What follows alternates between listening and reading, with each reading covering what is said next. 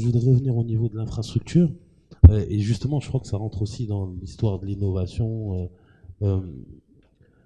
Actuellement, on a des infrastructures qui sont plutôt bonnes pour notre positionnement.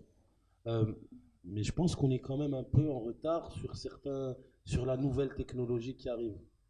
Euh, Selon vous, comment on va y arriver? Je sais qu'on se prépare et que vous êtes bien préparé.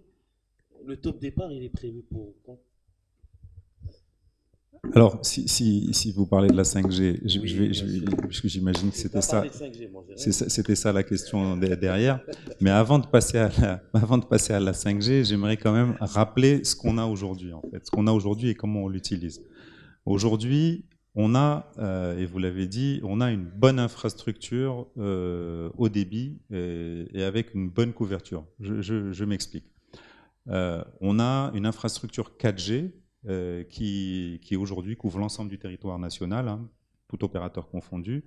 Et on va dire que parmi les 9 millions de ménages que peut compter le Maroc, à peu près 90%, voire plus de 90% de ces ménages ont accès à du haut débit. Ils ont accès à du haut débit mobile à travers la 4G et aussi à travers des programmes public-privé. En l'occurrence, Inouï est impliqué dans un programme de développement du haut débit dans des zones rurales qui s'appelle le PNHD et qui a permis de couvrir un certain nombre de zones blanches, à peu près 11 000 localités, et qui couvre aujourd'hui et qui donne accès à peu près 3 millions de personnes à des offres, on va dire, au débit. Deuxième chose, c'est que on a aussi, bien entendu, une infrastructure fixe, que ce soit de la DSL ou du FTTH.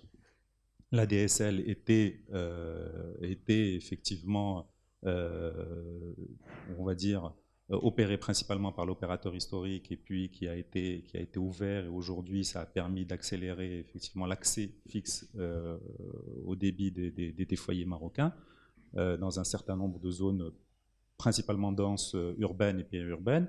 Et puis le FTTH aujourd'hui, qui est la fibre, qui est l'autre nouvelle technologie, enfin nouvelle, qui se développe significativement et qui permet d'accéder vraiment à du contenu très haut débit, aussi bien pour les particuliers, mais je pense principalement pour les entreprises. Les entreprises, aujourd'hui, ont un besoin d'être connectées à du haut débit de manière significative.